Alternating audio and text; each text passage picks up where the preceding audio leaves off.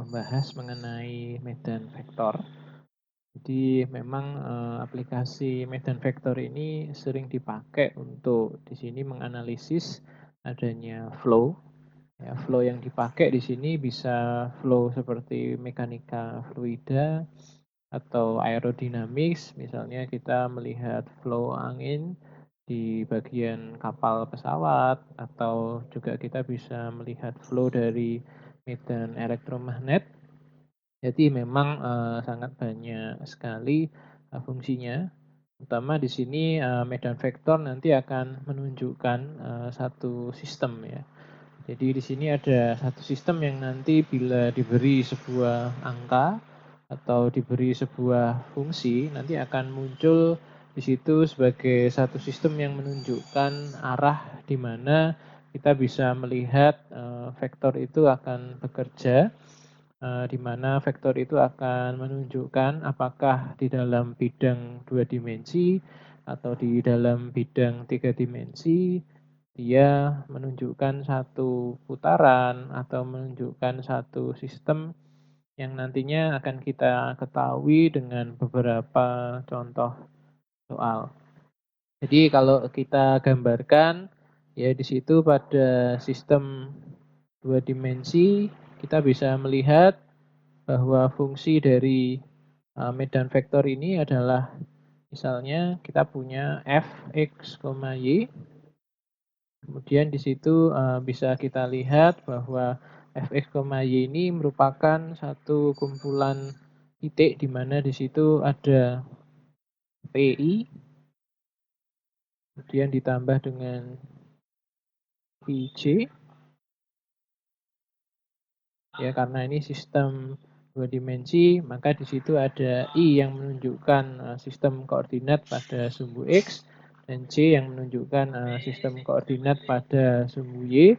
I dan J ini akan menandakan, berapa kita bergerak dari sumbu X dan juga berapa di situ kita akan bergerak dari sumbu Y. Demikian juga pada sistem 3 dimensi, kita akan melihat satu fungsi dengan f, di mana di situ kita punya beberapa isian yang bisa kita isi di suatu titik, yaitu X, Y, dan Z. Kemudian untuk, sistem vektornya di situ bisa kita tuliskan misalnya ada PI ditambah QJ dan ada satu elemen lagi yaitu RK. Ini adalah satu sistem sederhana yang sering Anda lihat, di mana, nanti kita bisa menyelidiki satu pola dari satu medan vektor. Jadi, nanti akan saya gambarkan, di dalam, salah satu contoh soal.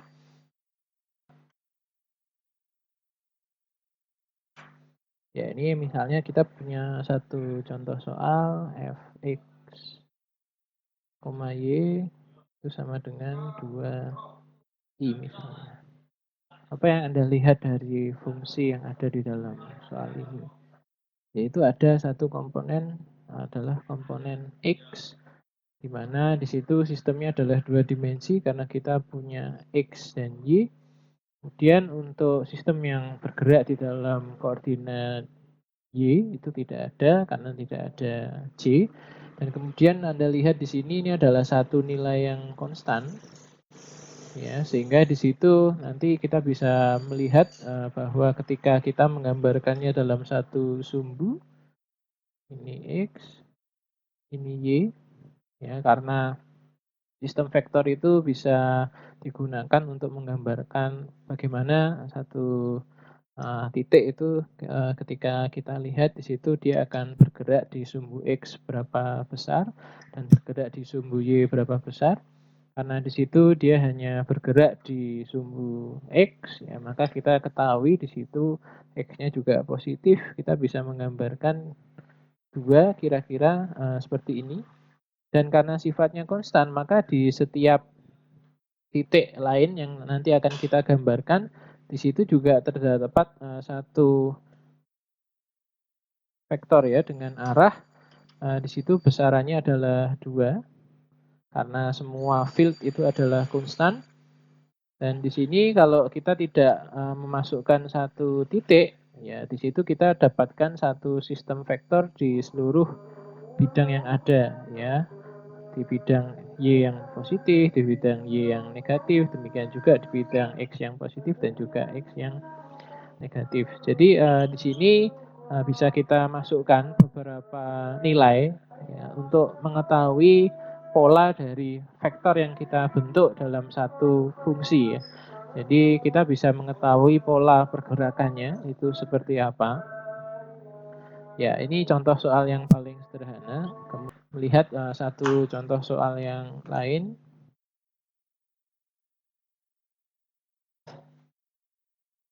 Masih sama untuk fungsi dua dimensi. Kemudian di sini saya punya min X, Y. Kemudian di situ saya punya min Y, J. Nah, bagaimana kita bisa menggambarkan tadi satu medan vektor yang ada di dalam satu fungsi ini? Ya, mau tidak mau kita harus masukkan di situ adalah beberapa titik contoh yang bisa kita pakai dengan perpaduan. Di situ kita bisa padukan bahwa nilai X-nya kadang positif, kadang negatif, dipadukan dengan nilai Y yang juga di situ kadang positif juga negatif. Di sini saya sudah punya beberapa contoh. Sekali lagi contoh ini bebas.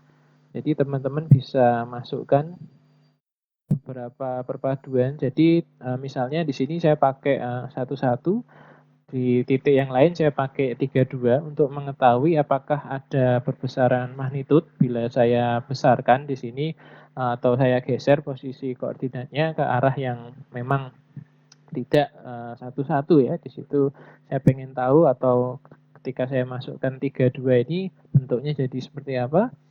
Kemudian di situ saya pakai variasi misalnya di sini -3 ini untuk menandakan yang minus. Kemudian di situ saya juga pakai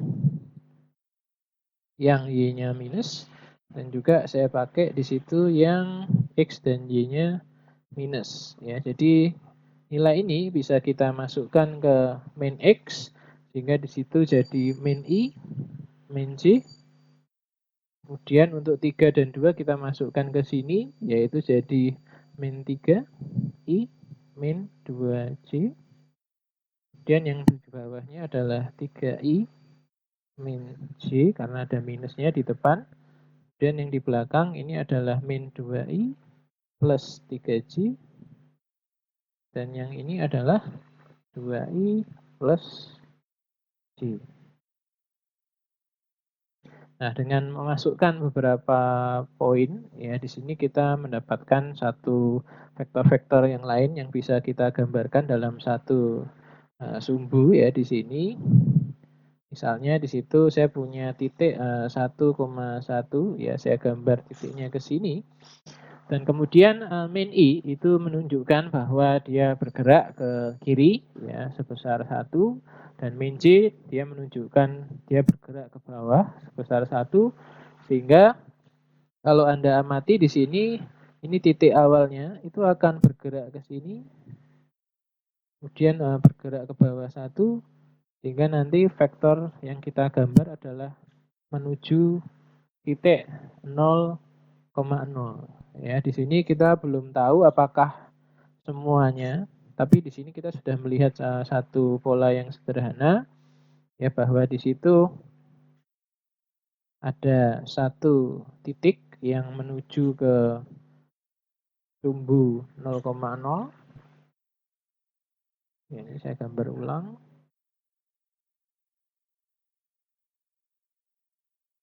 Nah, kemudian kita uji lagi yang 3. Di sini 2, ini saya gambarkan. Apakah dia menuju 0,0? Ya, kita bisa uji di situ ada -3 ya. Di sini -3 berarti kita bergerak ke kiri sebanyak 3 dan -2 kita bergerak ke bawah sebanyak 2. Oh, ternyata masih sama. Dia menuju ke titik pusat ya, titik awal. Nah, kemudian kita bisa uji lagi yang -3,1. Ini mohon maaf gambarnya agak sedikit jelek ya, ini -3. Kemudian di sini saya gambarkan aja sekalian. ini titik yang ketiga.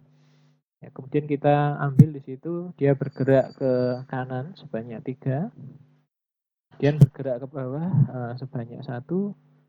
Oh, ternyata masih sama, dia menuju ke titik 1.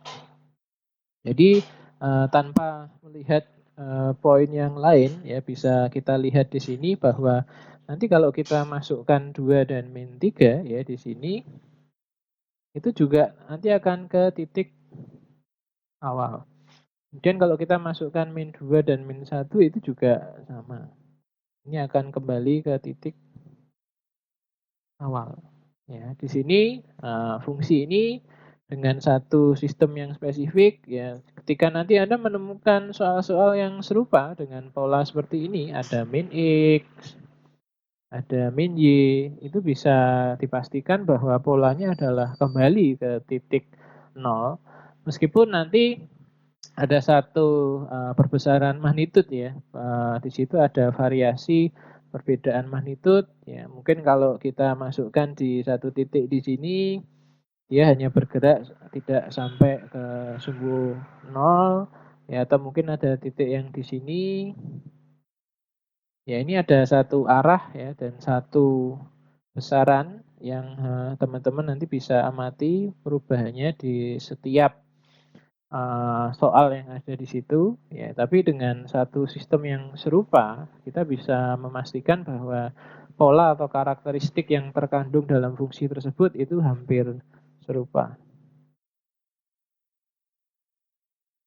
Ya, sebagai contoh yang lain lagi, di sini saya punya satu fungsi yang lain yang kita ingin cek, hampir-hampir mirip fungsinya. Ya ini tapi, saya harapkan teman-teman, sedikit berhati-hati ya karena ini Y-nya ada di depan. Kemudian, di situ ada min X di bagian belakang. Sama dengan poin yang tadi, ini kita masukkan satu persatu. Beberapa poin yang ingin kita coba di situ.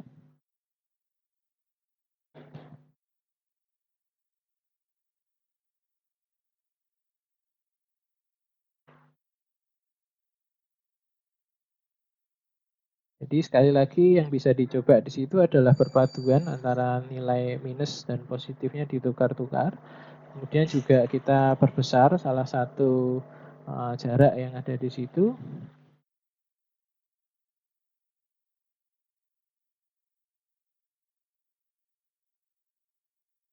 Ya, ini saya masukkan agak banyak untuk contoh-contoh titiknya. Ya, kalau kita masukkan ke sistem yang ada di atas ini, jangan lupa bahwa X-nya ada di depan, sehingga di sini kita lihat dulu Y-nya, yaitu misalnya di sini I, kemudian kita masukkan 1, di situ min J. Dan kita lihat Y-nya dulu, di situ adalah min 1, kita masukkan min 1, berarti adalah min J.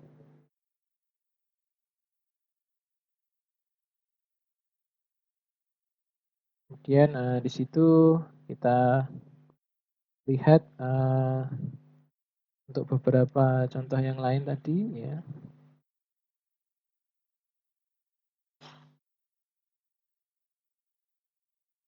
Ini nilainya adalah min I plus J. Dan di sini nilainya adalah I plus J. Ya, ini harap berhati-hati jangan sampai Y dan X-nya terbalik. Demikian juga dengan tandanya. Dan di situ dua yang untuk 0 dan min 2 karena di sini X-nya kita masukkan 0 dan itu J-nya tidak nampak, maka di sini hanya tinggal min ya. Sistem ini nanti bisa kita gambar seperti contoh sebelumnya. Ya, jadi untuk contoh yang tadi sudah kita masukkan titik-titiknya, itu bisa kita gambarkan sistemnya di sini misalnya untuk 1 dan 1 di situ adalah I min J ya, maka bergerak ke kanan 1 turun ke bawah akan ke sini Ini arah vektornya. Dan di situ kita juga punya 1 dan min 1. Kemudian untuk vektornya adalah min I, min C ya, maka ini adalah ke kiri dan ke bawah. Apakah Anda sudah bisa melihat polanya? Atau memang perlu kita gambarkan secara lebih detail? Kita bisa pakai contoh min 1 dan min 1 di sini. Itu adalah min I plus J, ya, berdasarkan contoh. I berarti ke kiri 1, ke atas 1.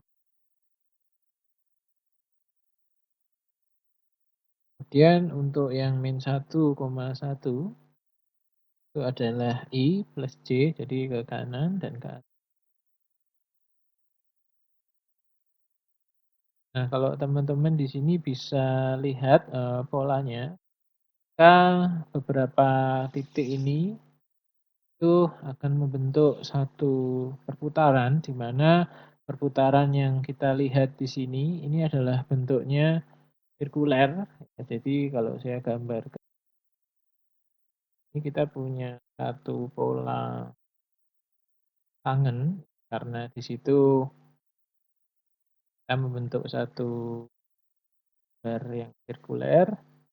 Dan kalau tadi kita lihat polanya adalah seperti ini.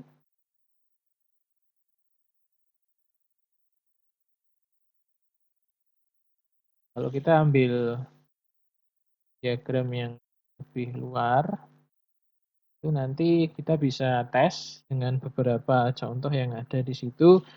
Misalnya kita ambil aja 1,2 ya, misalnya di sini 1, 2, itu nanti arah panahnya, karena di situ tertulis 2i, jadi ke kanan 2 dan min J ke bawah 1, ya ini ke kanan 2, kita ambil aja di sini, terus ke bawah 1, maka panahnya kira-kira bentuknya akan seperti ini. Jadi untuk diagram sirkuler yang lebih luar, panahnya akan lebih panjang ya kalau dilihat di situ. Dan demikian seterusnya, dia akan membentuk terus satu pola sirkuler, mana ini pola tangen. Ini ada satu link yang bisa kita lihat. Di caranya kalau bisa kita lihat itu akan terus berputar di segala arah. Tinggal kita mau sampling di satu titik, nanti kita bisa melihat satu nilai divergence dan curl-nya setelah dari ini. Jadi kalau pola yang kita lihat di sini sekarang ya agak berbeda dengan pola-pola sebelumnya, di mana pola sebelumnya membentuk ke satu garis origin, sedangkan kalau yang pola ini adalah tangen ya, karena ada berupa sirkuler. Dari situ bisa kita lihat dan bisa kita bentuk nanti pola-pola yang hampir serupa. Jadi kalau di situ kita punya parameter Y dan min X, ya di situ bisa kita lihat bahwa Y dan min X ini nanti akan membentuk satu pola tangen yang sirkuler. Meskipun nanti kita ganti beberapa variabelnya, kita bagi dengan satu besaran, atau kita bagi dengan akar satu nilai, itu nanti nilainya hanya berubah ke bentuk magnitud dari lingkarannya, apakah lingkarannya arah panahnya yang memutari lingkaran tersebut bertambah besar atau bertambah kecil. Kemudian contoh soal selanjutnya,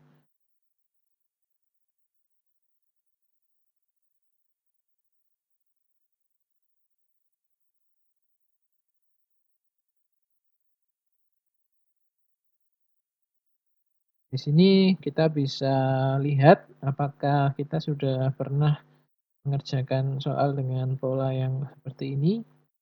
Ya, ini adalah satu pola yang lain lagi karena di situ kita pakai X, sedangkan di sebelah kanan ada min Y, dan min Y-nya di situ ada perkalian dengan 2.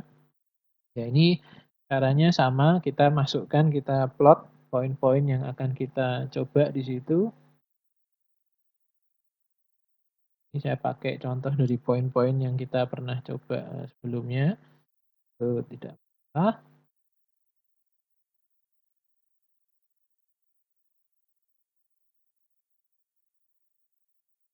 Ini kalau kita masukkan, eee, untuk 1,1 ya ke dalam sini berarti adalah I min 2C. Kemudian untuk 2 dan 3 itu adalah 2I min 6C. Kemudian untuk min 1,2 adalah min I min 4C. Kemudian untuk min 2 min 1 adalah min 2I plus 2C. Kemudian, untuk min 3 min 2 adalah min 3I plus 4. Nah, bagaimana ketika pola ini akan digambarkan? Ini sedikit berbeda dengan pola yang tadi sudah kita bentuk ya. Kita bisa gambarkan di situ, kita bentuk dulu ini.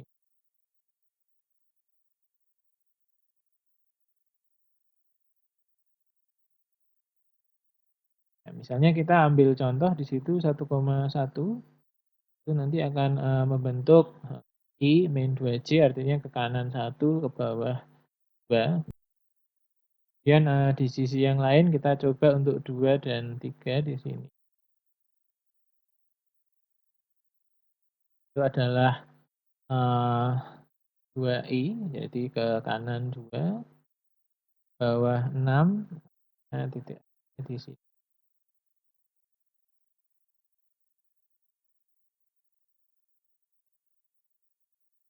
Dan kita ambil contoh yang lain, min 1,2 itu di sini, kita ambil min I berarti ke kiri 1, kemudian ke bawah 4. Sudah kelihatan polanya?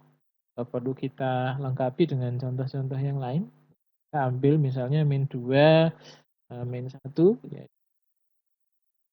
2 dan min 1 artinya kalau semua negatif, ya kita lihat bahwa dia ke kiri 3, kemudian, ke atas, 4, ya, ke kiri 3, ke atas 4, jadi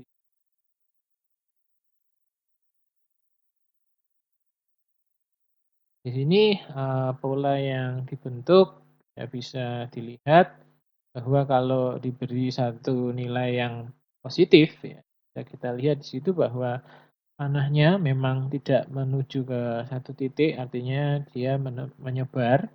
Kalau kita lihat untuk 1 dan 1 arah panahnya dari bawah ke atas, untuk magnitudenya kita perbesar ya karena ini efek ada min 2-nya di situ. Kalau kita masukkan 2 dan 3 maka di situ panahnya akan menjadi semakin membesar.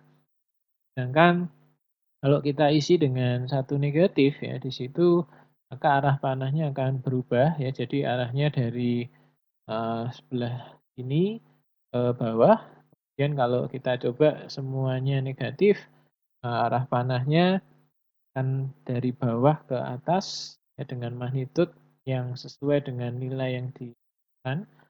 Jadi ini, pola yang cukup berbeda, artinya kalau kita masukkan variasi itu antara negatif dan positif bisa kita lihat polanya. Mungkin Anda bisa coba, satu lagi, satu titik yang itu kita masukkan misalnya 2 ya, min 3, ini sebagai pelengkap aja. Maka di situ kalau kita masukkan, ini akan menjadi 2i plus 6c. Ini akan membentuk satu titik yang polanya baru lagi. Jadi misalnya 2, ini kita ambil min 3, dan di situ kita lihat adalah ke kanan 2, kemudian ke atas ini akan arah atas. Jadi ada 4 pola panah ya tergantung posisi negatif dan positifnya. Jadi sekali lagi ini akan membentuk pola panah yang berbeda-beda tergantung nilai yang akan plotting di situ seperti apa. Ya semoga, beberapa contoh yang saya berikan di sini mulai dari yang nilai konstan, kemudian efek ya, di sini kita melihat perbedaan antara yang divariasi, kita variasi X dan Y-nya, ada yang diberi plus, ada yang diberi min, itu akan menghasilkan, karakteristik yang berbeda-beda. Kemudian di sini kita bisa cek lagi dengan beberapa contoh soal yang lain. Ini, saya pakai misalnya berupa dengan soal yang pernah kita kerjakan tadi. Ini kita melihat efeknya, perubahannya.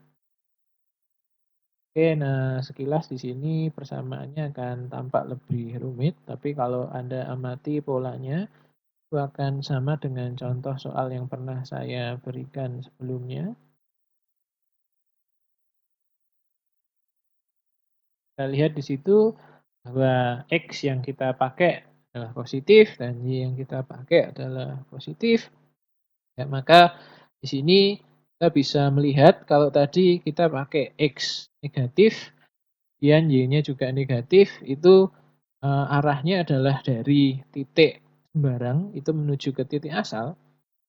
Sedangkan kalau kita balik di sini arahnya adalah positif, semuanya ya, jadi X-nya positif, Y-nya positif, itu dengan sense aja kita bisa tahu bahwa nanti arah dari vektornya akan dari titik, di mana di situ kita ambil sampling menuju ke luar. Jadi menjauhi nilai atau menjauhi titik start. Ya, kita tetap bisa uji dengan beberapa nilai poin yang kita masukkan di situ, misalnya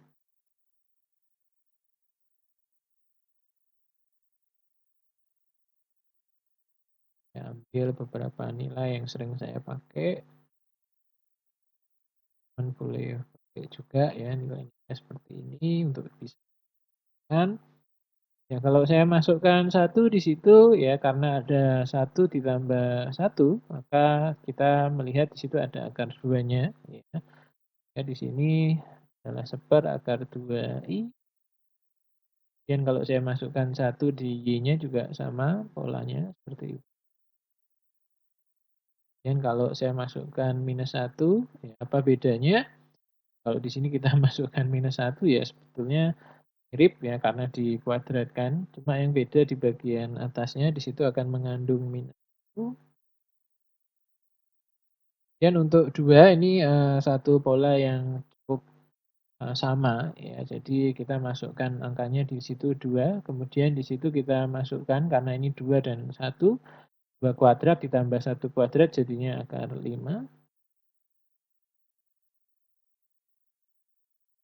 per akar 5. Apakah di situ sudah terlihat polanya? Ya, untuk yang 0,2 ini hati-hati ya meskipun X 0 ya, kita masuk bahwa 2 kuadrat itu adalah 4 ya, sehingga di akar 2 per 2 jadinya adalah 1 ya, karena di sini ada komponen C, maka di sini C, dan yang di situ depan ada komponen X, maka di sini adalah I. Sehingga kalau kita lihat ini kita bisa gambar untuk garisnya.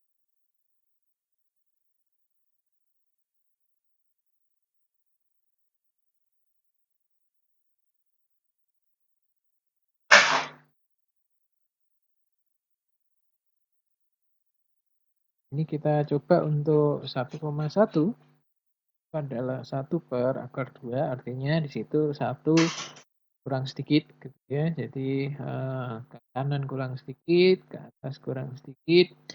Kita ambil aja misal kira-kira di sini ya. Nah,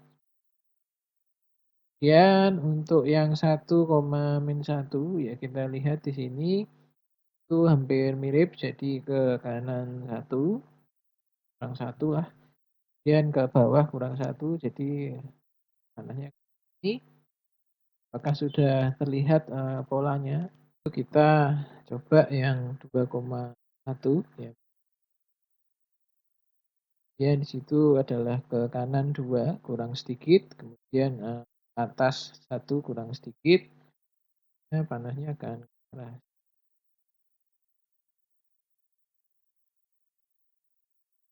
Apakah sudah terlihat, polanya atau kita perlu contoh lagi? Untuk yang 0,2 kalau kita lihat di situ, ini akan menggambar garis yang di sini, dan untuk yang 2,0 ini akan menggambar garis yang kalau kita ambil titik di sini maka ya tanpa kita mencoba sebetulnya kita sudah punya range ya. Ya, garis ini akan bentuk satu pola yaitu menyebar ya keluar dari titik pusatnya. Sedangkan kalau yang di titik-titik yang dekatan dengan sumbu X dan sumbu Y, dia akan bergerak seperti ya paralel di situ. Ini adalah pola yang bisa dibentuk dari persamaan yang kita punya seperti ini. Ya, sekali lagi yang kita amati adalah X dan Y-nya ya. Kalau X dan Y-nya positif artinya di situ polanya akan keluar. Demikian juga dengan titik-titik yang lain ya tanpa kita uji coba kita sudah bisa menggambarkan contoh lagi. Misalnya di situ ya ambil untuk soal yang lain. Ini sekali lagi hampir mirip dengan pola soal sebelumnya.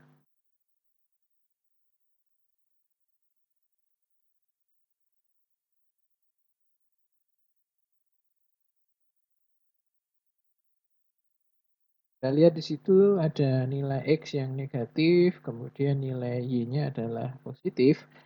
Kalau kita amati di contoh soal sebelumnya, ya kita bisa menemukan di bagian YI dikurangi XJ. Ya, di situ kita sudah melihat bahwa pola yang akan dibentuk ini adalah garis sirkuler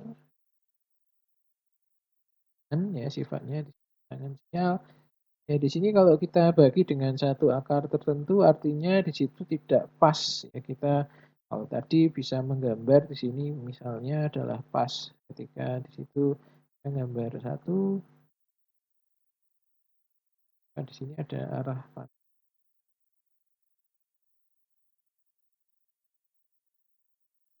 Bedanya adalah kalau di sini ya hanya dari segi magnitudenya. Kalau kita masukkan satu di situ nanti panahnya akan lebih kecil. Kita ambil satu perkiraan aja misalnya.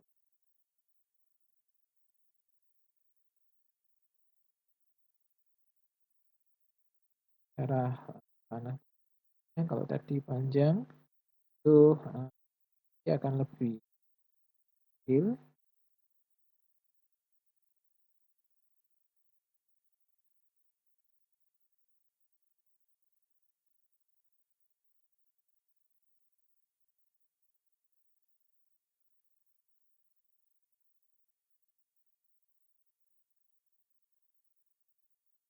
Magnitudenya lebih kecil daripada contoh yang sebelumnya karena dibagi dengan akar. Tapi kalau secara karakteristik ya kita bisa mengamati di bagian di situ kita bisa lihat Y dan X itu bisa cukup untuk membentuk polanya. Contoh yang lain kalau ini contoh yang dua dimensi juga kita bisa ambil satu contoh yang tiga dimensi. Ciri khasnya apa? Bahwa di sini di fungsinya ada X, Y, dan meskipun tidak di semua posisi vektor yang dia punyai harus ada nilainya. Ya, jadi misalnya kita ambil contoh yang sederhana aja, Z. Nah, jadi di sini yang ada nilainya adalah vektor-vektor pada posisi Z. Ini kalau sekali lagi kita punya satu variabel, artinya nilainya tidak konstan ya. Jadi kalau kita ambil sebagai satu contoh, ini sumbu Z, X, Y. Artinya kalau di sini nilainya bisa positif dan negatif ya sesuai dengan Z-nya. Kalau kita ambil poin yang pertama di sini nilainya kan kalau yang di poin kedua nilainya adalah 2, terusnya juga yang negatif akan arah ke bawah tambah besar ya seiring bertambahnya dan juga untuk arah yang ada di. Jadi fungsinya dari penggambaran sistem vektor ini adalah untuk mendapatkan satu sense, apakah nanti divergence-nya atau curl-nya itu, akan bisa diputar atau tidak bisa diputar, atau di situ, secara divergence kita bisa melihat jadi kompres atau tidak bisa kompres. Tergantung dari kita ambil satu titik yang mana, ya kalau secara keseluruhan misalkan nilainya itu tidak nol, ada satu nilai yang bisa kita masukkan, ya kita harus masukkan di situ di satu titik.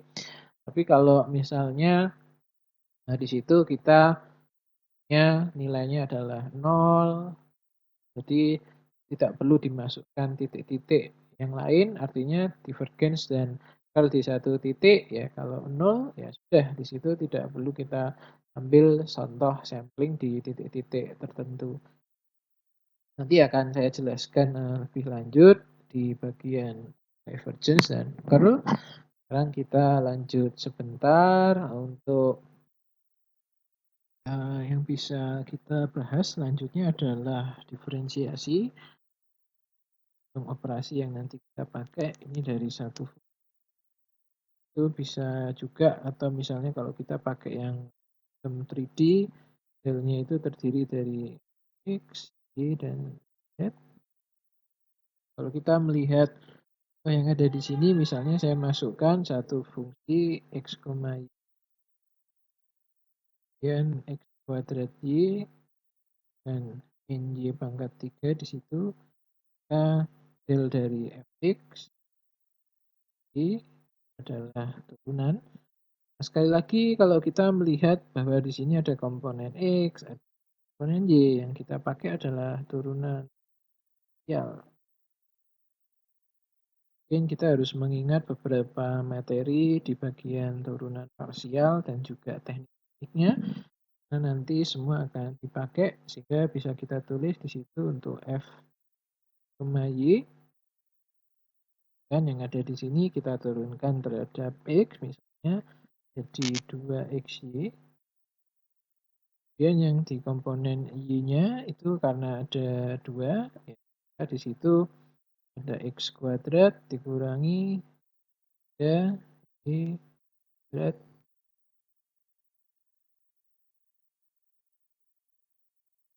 Ini kita melihat satu konsep yang lain bahwa di situ kita mengetahui ya dengan bentuk, seperti ini, kita sudah mengenal bahwa ini adalah merupakan satu sistem dan vektor.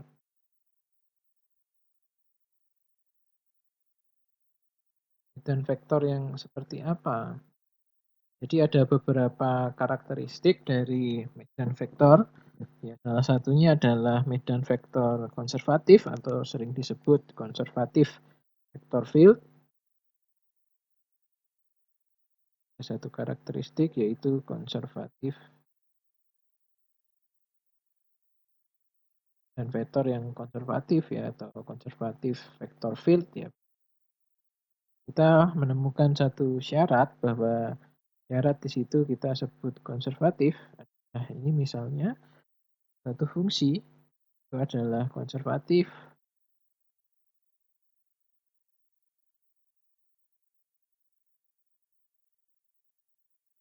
jika apa? Ya, jika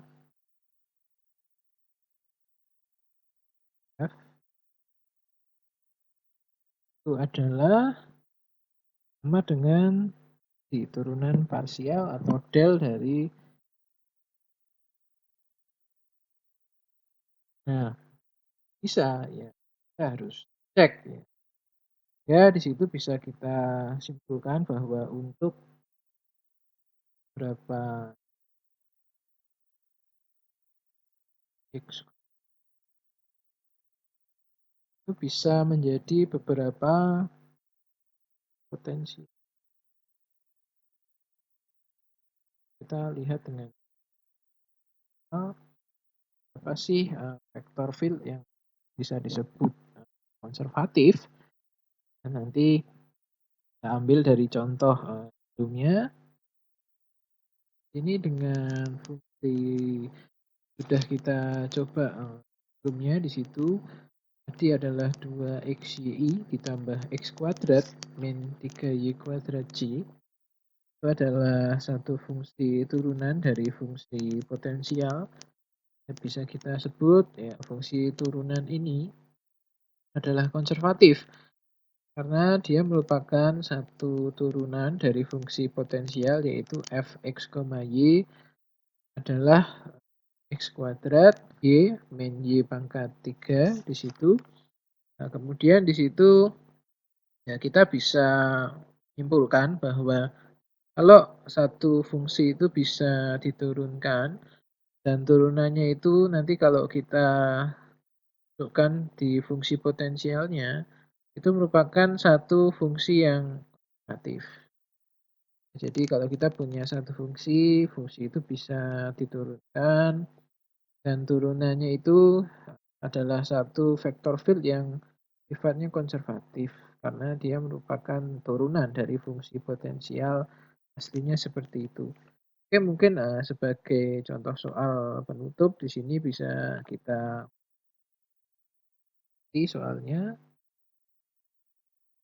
itu ya cari vektor field atau medan vektor konservatif.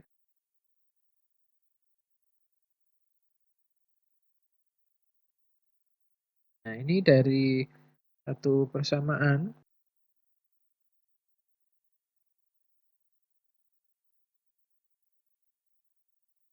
Y-nya bisa kita tulis seperti itu.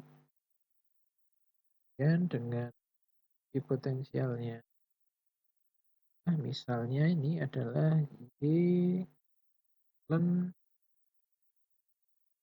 Z. Apa yang harus kita lakukan? Kita lakukan adalah melakukan diferensiasi dari vektor tersebut. Karena di sini ada X, Y, itu ada komponennya masing-masing. Ya, karena komponennya jadi satu seperti itu, maka ini kita turunkan secara parsial, tulis seperti ini.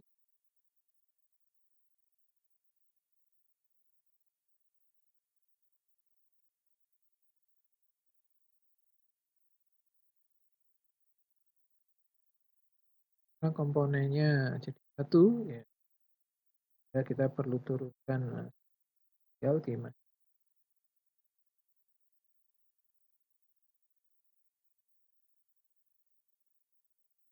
Mungkin saya hapus yang itu turunan parsialnya tadi yang terhadap X adalah Y dan dibagi X untuk yang dan untuk yang Y-nya di situ kita melihat bahwa ada turunan Y lagi, ya artinya kita tinggal masukkan aja karena di situ ln bisa dianggap satu komponen yang sendiri.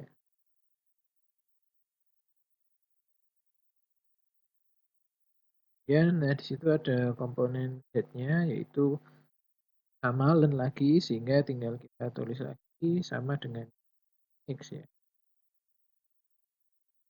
Untuk